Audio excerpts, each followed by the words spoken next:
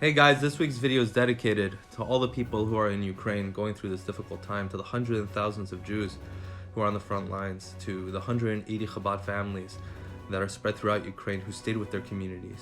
Our hearts and prayers are with you. Do a mitzvah today, do something extra special, do something positive, and have them in your mind as well. Jack Benny famously said, age is mind over matter. If you don't mind, it doesn't matter. In Judaism, though, we tend to focus more on mind over heart. The Alter Rebbe, the first Chabad Rebbe, in his famous work, the Tanya, describes the concept of moach shalata alev, this concept of the mind ruling the emotions instead of the opposite way.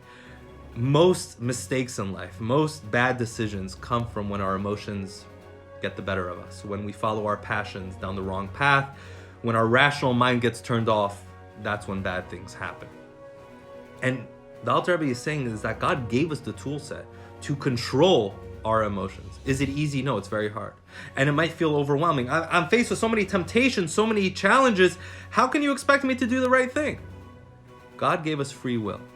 If we didn't have free will, then ultimately we wouldn't be responsible for anything we did. We are responsible for our actions. We're responsible because we have the choice.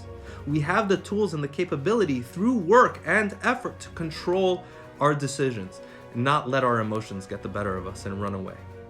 And this idea actually explains a very interesting phrase that is used a bunch of times in this week's Torah portion, Parsha Vayakhal.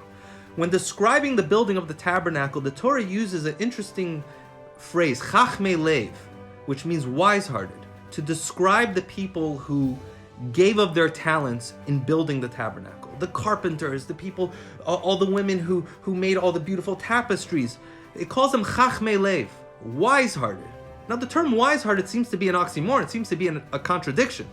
Wisdom comes from the mind, the rational place of thinking. Heart is the seat of our emotions, which, as we just mentioned, is most times not rational, or can be very irrational. So how can you put the two together? Wise-hearted? How do the two go together? In the context of the Torah portion, it's referring that people gave with all. They didn't just give their talents, they gave with all their heart. They gave of their time, their effort. They were fully invested. What does it mean, wise-hearted? You see, too often we put wisdom above all else. You can take this idea of moach shalata alev, of our mind controlling our emotions. You could take that to the extreme and say, well, then the mind is what we should worship. The mind is where it's at. Our emotions are secondary. But that can lead down the path of evil as well. There's many smart people in the world. They're not good people. They're evil. The person who's dominating the headlines, the tyrant and dictator who's dominating the headlines today, we'd be foolish for saying that this person isn't smart. They are smart. Unfortunately, they're very smart. And they use their wisdom to manipulate, to be sly, to enact their wickedness.